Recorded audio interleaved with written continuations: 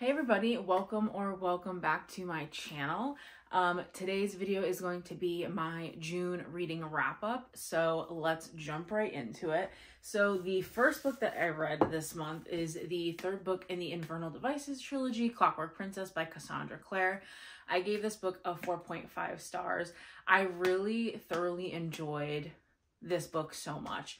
It was kind of everything I felt the ending needed to be. Everything was just wrapped up so nicely. And I just, by this point, was so in love with all the characters and just, it was so good. And I loved Miss Cassie Clare's writing because it's YA, so it's super easy to understand.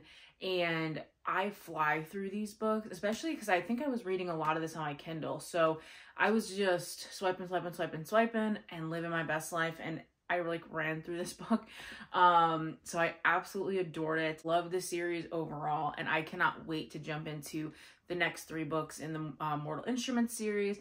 That way I can go to the Dark Artifices and then the Last Hours, which visits these characters again, I believe, or like their kids or something. So loved it. I loved the, even all the side characters, like, absolutely favorite. Found family, friends. It was just so amazing. So definitely enjoyed this. And then after that, I read Half a Soul on my Kindle by Olivia Atwater. I gave that book a 4 stars. I absolutely love that book. So Half a Soul is about Miss Dora, who ends up losing half her soul to a fairy curse when she was a child. And so she walks around only having half of her soul. So she doesn't respond to things in the way that normal humans do. And so she seems to be more like callous and just like, she doesn't cry. She doesn't she doesn't get overly excited about things. She's just very like blasé. And on this journey with her, she's with her cousin, Vanessa, and who is an absolute sweetheart. And, she is with her through everything. And then there's their aunt, her aunt, but Vanessa's mom, who is this kind of driving force to get them from where they are over to London, because this is all set like in the Regency periods, and the Vanessa's mom is trying to find Vanessa a husband. So they go over to London, and Vanessa will only go if Dora goes. So all 3 of them pack up, head on over to London, and that's where we meet Elias, who is a magician of sorts. They call him the Lord Sorcier, and you kind of get to meet him and Dora together. And let me tell you what, that was some of the best banter I have read in a book. It was so funny. The 2 of them are absolutely hilarious. I love the whole premise of this book, because not only are you you're trying to find how Dora can kind of maybe potentially, get her soul back, but you're also following this other mystery that Elias has been kind of working on for some time. And it was just really, really good. Like, I liked the subplot of romance. I loved the curse that, they were working on. And I just loved the friendships in there as well, because, you also get introduced to Albert, who is Elias's best friend. And I just loved the entire, like, kind of cast of characters in this. The only reason this book didn't get 5 stars is because the book is so short. I feel like the ending was so rushed. The epilogue, like, wrapped up everything in like 10 pages. Like, there was so much stuff that happened. I mean, don't get me wrong, I was excited about everything that happened in the epilogue, but I feel like we could have extended the book by like 50, 60 pages and kind of had everything kind of wrapped up, just at a much slower pace. But that was like my only qualm with the book, because everything else was absolutely amazing. And then in the back of Half a Soul, there's a little novella called Lord Sorcier, which I ended up giving 3 stars, which for a novella isn't bad. I really, really enjoyed it. It's about Elias and Albert, how they met in the war, and kind of their journey together. It was pretty short, I think only 50 pages. And I really enjoyed it. The 2 of them are hilarious together. And I just liked kind of seeing how Elias became who he is and how him and Albert met, and I just really, really enjoyed it. So definitely, I recommend Half a Soul for sure. And then after that, I read By a Thread by Lucy Score. So this was my first Lucy Score book, and I gave it a 3 stars. So By a Thread is about Allie and Dom, and Allie works at a restaurant, and Dom and his mom come into the restaurant for lunch, and Dom is a pretentious D-bag and acts like he is better than everybody else, and Allie doesn't take too kindly to that. And so the two of them are kind of arguing back and forth as, you know, waitress and patron, and he ends up getting her fired.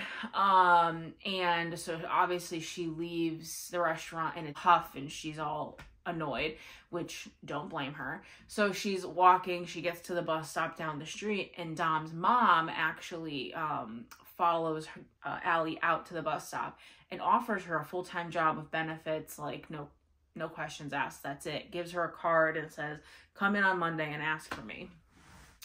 And so then you get in on, you know, she goes in on Monday and she's hired, and Dom is her boss, but he cannot fire her. And it's just, their banter is really funny, but Dom's inner dialogue ruined this entire book for me.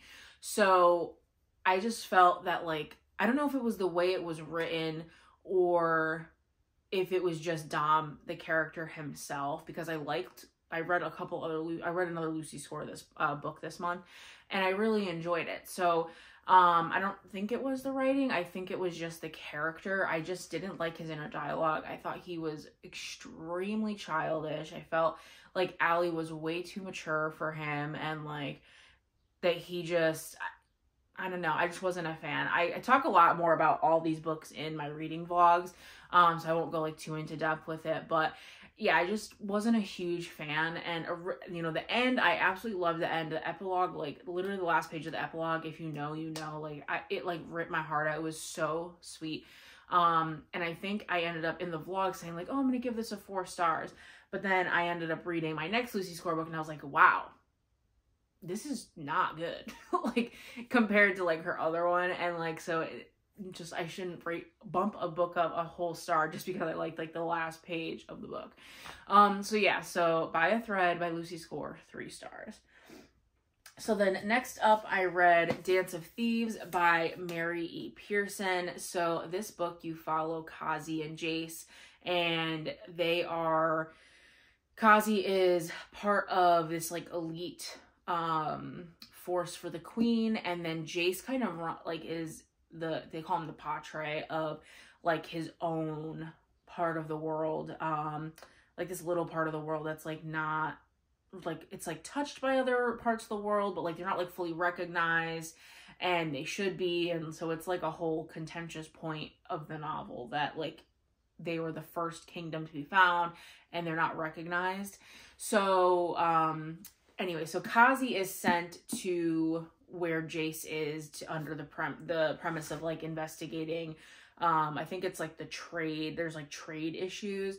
And so she gets there and something ends up happening, and her and Jace end up having to be together and like travel together. And then they eventually come back from traveling, and they have to act, you know, it's hard to describe without kind of like ruining. So they come back from this journey, and they kind of have to have this whole ruse up because of Jace being the new patre, and the weakness can be seen. And so there's like this whole thing going on where it's like they have to act. It's kind of like fake dating. But I don't know. I gave the book a 3 stars, which really, really, really disappointed me, because I have heard so much good stuff about this duology, and I don't even think I'm going to pick up the second one. I liked Kazi and Jace and all the characters 100%. I liked the romance between Kazi and Jace. But to me, like, this is marketed as enemies to lovers. And like, don't get me wrong, like towards the end some stuff happens, and like and I understand where it's enemies to lovers. I mean, she works for the queen and he works, you know, for himself, and there's like this whole contentious thing, and like, you know, there's like a cat and mouse game because she's there for a completely different purpose than what he thinks she's there for. And so like I understand that aspect of it, like where she's like lying to him and things like that, and there's like lies and backstabbing and this and that. But the actual romance, like they like each other, and they make it pretty known that they like each other, at least in my opinion. I mean, I don't know. So I just didn't think it was enemies to lovers. I thought it was more like fake dating and, you know, dating of convenience, like that type of trope, which is fine. Like for that, it was fine. But then because it wasn't like this heavy enemies to lovers that I was expecting, I just didn't rate it as highly. But it was still a good book. Still enjoyed the characters. I enjoyed the plot.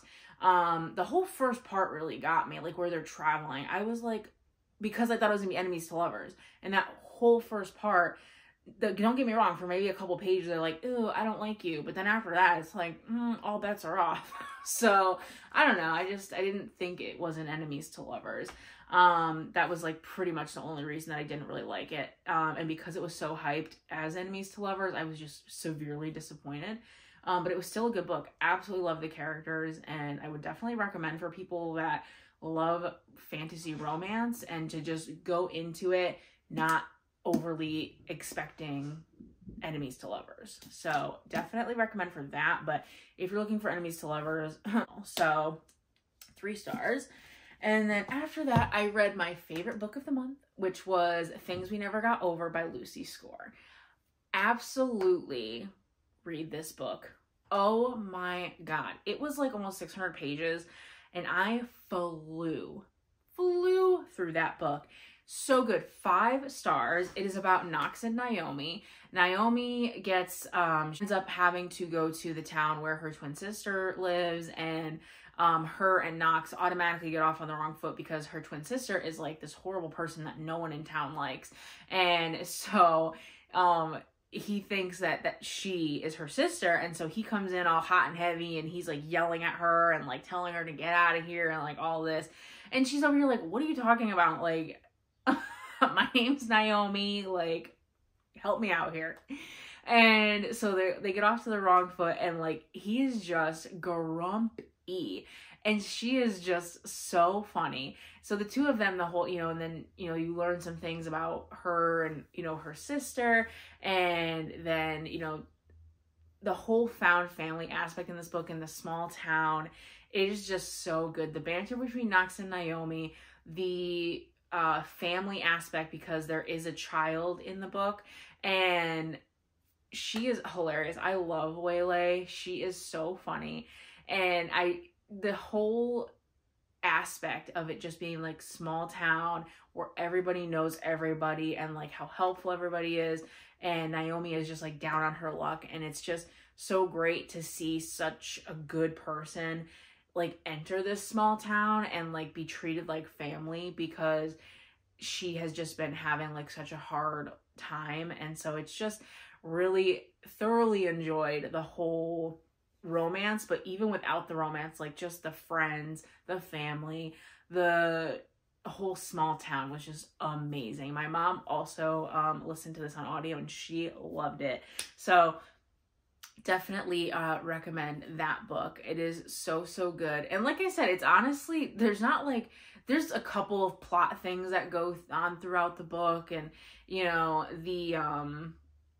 the third act breakup was kind of annoying. It wasn't my favorite third act breakup trope, but it wasn't anything where I was like, couldn't handle it and like knocked it down any stars or anything, because it was just so good. So I definitely recommend it, and I'm very excited because Fairy Loot actually just announced that they are doing an exclusive edition. It is stunning. It has like blue daisies on the side. It has a foil cover. It's going to be digitally signed, and I am so excited. I will definitely be picking that up. So yes, I definitely recommend that. It's hard to kind of go into the plot of that one because there's really not a whole heck of a lot of plot. It's pretty much just about Knox and Naomi figuring out you know, what's going on with her sister and like, you know, all that kind of stuff. There's a couple little mystery aspects about it, and, you know, because her sister's not there, and even though she told her to come there. So it's like this whole thing, and it's just so funny. Like, I am honestly going to reread the crap out of that book at some point. It is so, so good.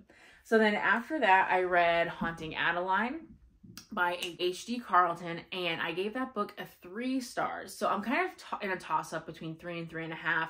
I really loved the plot of the book. Not in the way that, like, I thought that it was, like, sweet and wholesome, because that's definitely not it. I just thought it was a very interesting plot where you're following, there's 2 main characters, Zaid and Adeline. So Adeline is living in her grandmother's home that, you know, her mom grew up in, and her great-grandmother grew up in, her grandmother grew up in, her entire family's grown up there, and she's living in the house. She's an author, so she has the ability to kind of work wherever she can. So, you know, she moves in and she's living there, and her best friend lives nearby.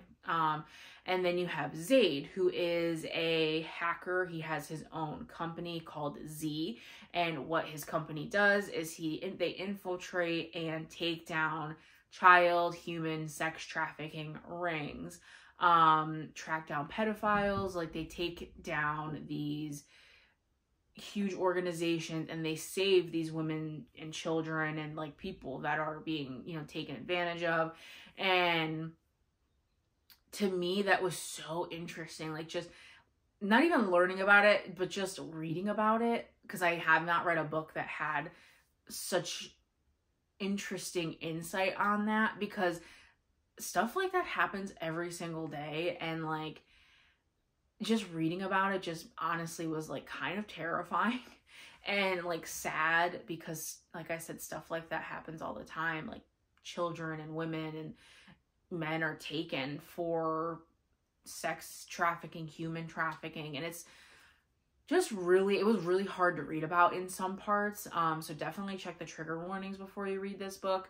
But that was only one aspect of the book. The other aspect of the book is the romance. Now, the romance is questionable. So Zaid is stalking Adeline. Zaid spots Adeline at a book signing, and he's like, yep, love you, you're literally mine. And so he starts stalking her, like being outside of her house, coming inside of her house, leaving her notes, leaving her like all this stuff. And she is like, what the heck is going on right now? Like, she doesn't know what the heck is going on. And so obviously she's freaked out, and like, he's like obsessed with her. And like, this is the first time he's ever done this. And like, you know, he's never done that before or whatever. And then you progress through their kind of storyline. So I in no way, shape, form at all condone those types of behaviors. That is not how you start a relationship. That's for sure. But keep in mind, this is a fictional world, so I just have to put that disclaimer out there. I enjoyed the first half of it. I thought the whole this kind of lends to me liking enemies to lovers books. So I liked the whole like kind of cat and mouse aspect of it at first. But then once they met, and it's a very detailed book in regards to the sexual scenes. And I'm all for smut, okay? I have read Christina Lauren's Beautiful series, and that has some pretty intense scenes, and I loved it. But this book, it is like a chapter long sex scene, and like they are just talking about what is happening. And it's like, listen, I can only take so much. So at some points towards the end of the book, probably the like latter couple hundred pages, I was just skimming over those parts, because I just I couldn't read about it anymore, honestly.